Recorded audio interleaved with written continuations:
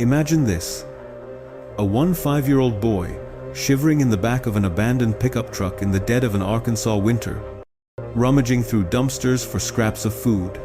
How does he claw his way from utter abandonment to building $1 million empire in just 15 years?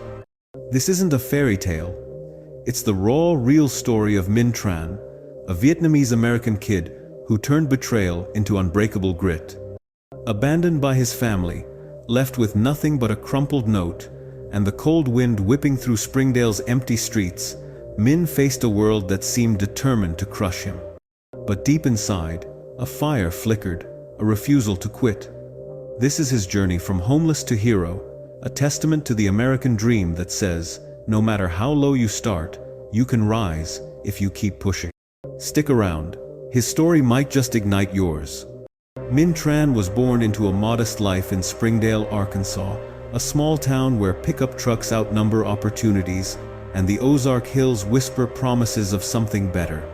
His parents, Vietnamese immigrants who fled war-torn Saigon in the late 70s, scraped by with sheer determination.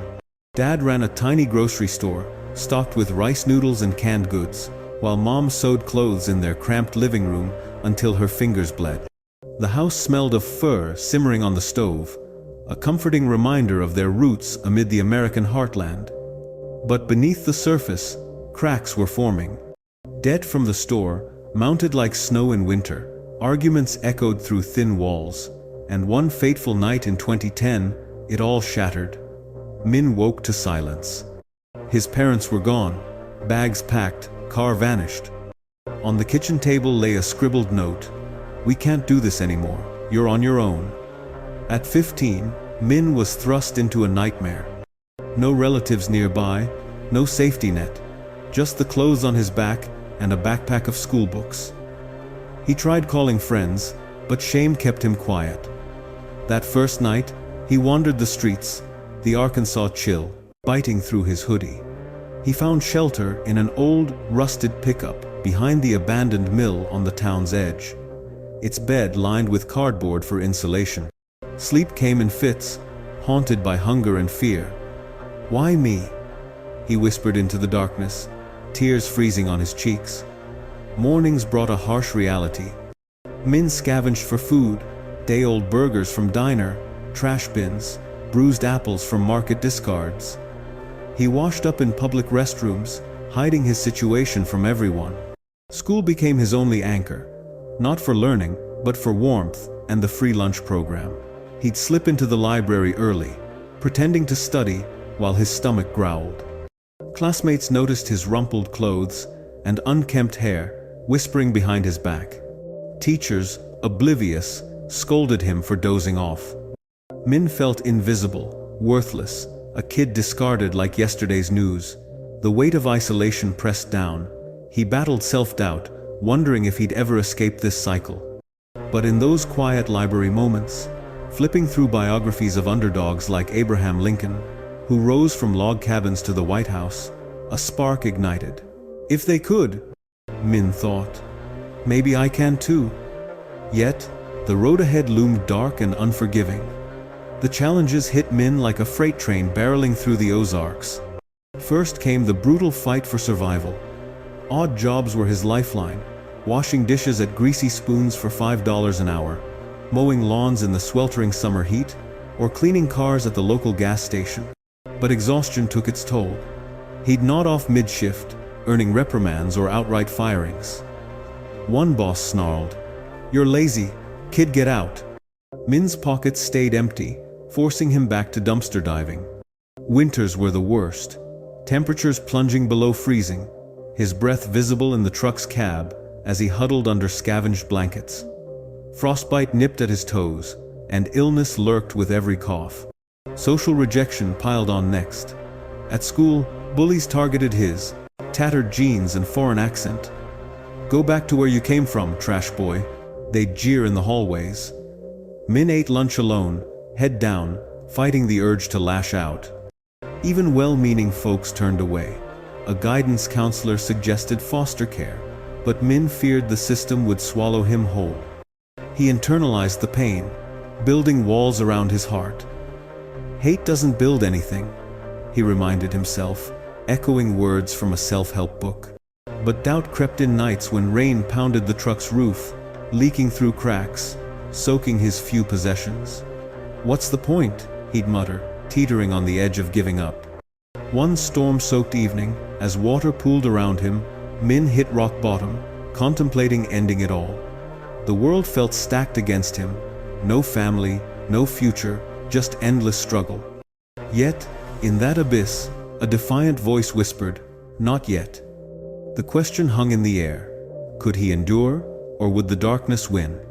Min's fight back started small, brick by painful brick. He set tiny goals to reclaim control. Save $10 a week from jobs, buy a decent jacket, show up to class alert. Mornings began with push-ups in the truck bed, building not just muscle but resolve. School transformed from a hideout to a battlefield. He'd arrive early, devouring books on success, Oprah's rags to riches tale, Steve Jobs' innovation ethos. Dream big, they preached, and Min listened. But failures mounted. Lost a dishwashing gig after dropping plates from shaky hands, failed a math test from sleep deprivation. Each setback stung, but he'd dust off and try again. Keep pushing, became his mantra, scrawled on a notebook page. At 17, a glimmer appeared. Lingering after school, watching the football team practice, Min caught Coach Reynolds' eye. The burly coach, a Springdale legend with a heart of gold, saw the kid's hollow cheeks but fierce gaze. "You got fire in you, son," Reynolds barked. Min nodded, spilling his story in a rush. Instead of pity, the coach offered action. "Be our equipment manager. Pays a bit, comes with meals, and a cot in the locker room." Min jumped at it, his first real break. Duties were grueling, hauling gear, washing jerseys till midnight, but the structure saved him. Football taught lessons, books couldn't, teamwork under pressure, rebounding from losses. Reynolds became a father figure, drilling, "The only limits are the ones you set for yourself." Min absorbed it all, running laps with the team to build stamina, studying plays to sharpen his mind. Savings grew slowly, $50 here, $100 there. By senior year, Min rented a dingy studio apartment, its peeling walls a palace compared to the truck. He juggled shifts at a gas station, flipping burgers till 2 a.m., then homework till dawn. Failures persisted. A car wash job ended in a flooded engine mishap, costing him wages. Churned with frustration, Min nearly quit school. But Reynolds' voice echoed, "Keep pushing." He persevered, graduating with a C, average but a diploma that felt like gold. Post-grad, community college in Fayetteville beckoned. Tuition loomed, so Min worked nights, pumping gas, days in class. He tried 7 different jobs that year, failing at 5 before stabilizing. Hours logged, 12 per day on work, 4 on studies. Exhaustion blurred days, but small wins fueled him a B on a paper, a compliment from a professor. Through it all, Min honed his edge, transforming pain into purpose. The grind was relentless, but each step forward whispered progress. Then came the turning point, a single class that ignited Min's destiny. In Business 101 at Fayetteville Community College, the assignment was simple: craft a mock business plan. Drawing from his roots, Min envisioned Times, Faux Fusion Times, a food truck blending Vietnamese pho with American twists like tacos and burgers. Skeptical classmates snickered. "Who wants soup in a taco?" But Professor Hale saw genius. "This is unique. Min, lean into your heritage," she urged. That feedback struck like lightning. For years, Min had hidden his background. Now, it became his strength. The decision crystallized one sleepless night. Staring at his savings, $2,000 scraped from endless shifts, Min weighed risks. A safe job at the gas station offered stability, but his soul craved more. "Dream big," he told himself, echoing idols like Elon Musk. In 2015, at 20, he took the plunge, a small loan from a local bank, despite the knot in his stomach. He bought a beat-up truck, outfitted it with a grill and fridge, and sketched logos on napkins. Recipes were trial and error, burnt batches at 3 a.m., tweaks till perfection. Launch day parked outside Springdale's farmers market was nerve-wracking, heart-pounding, hands sweaty. What if no one comes? But customers trickled in, drawn by the exotic aromas. A first sale, a pho taco for $5, felt like victory. This wasn't just food, it was Min's declaration: I control my fate. The shift from survivor to creator unlocked doors he never imagined. From that spark, Min's world transformed. Pho fusion times exploded slowly at first lines, forming on weekends, locals raving about banh mi burgers. By 2017, a regional magazine feature skyrocketed sales, netting $50,000 in revenue. Min expanded to a second truck, hiring help for the first time. But growth brought hurdles. A 2018 fire gutted the original truck, erasing half his savings in smoke. Devastated, Min rebuilt with insurance and a crowdfunding campaign from loyal fans, raising $20,000 in weeks.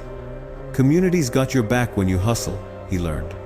By 2020, 3 trucks roamed Arkansas, pulling $200,000 annually.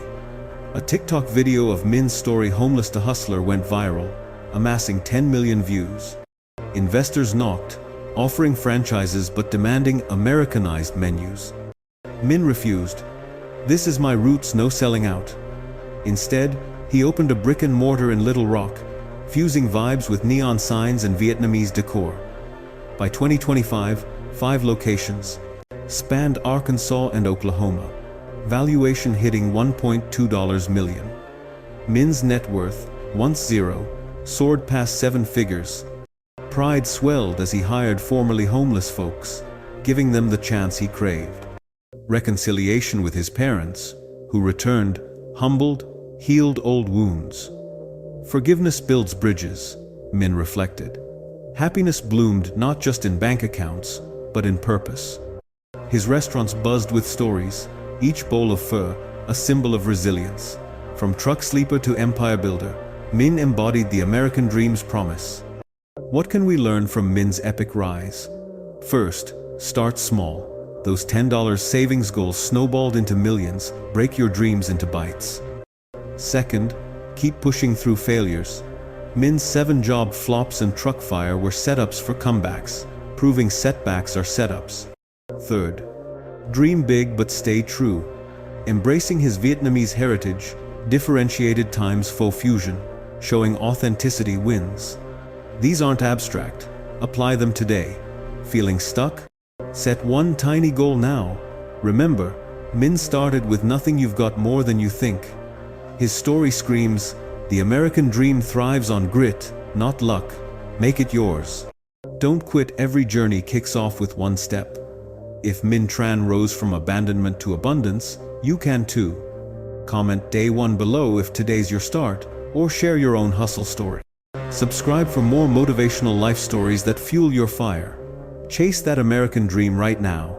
Your hero moment awaits.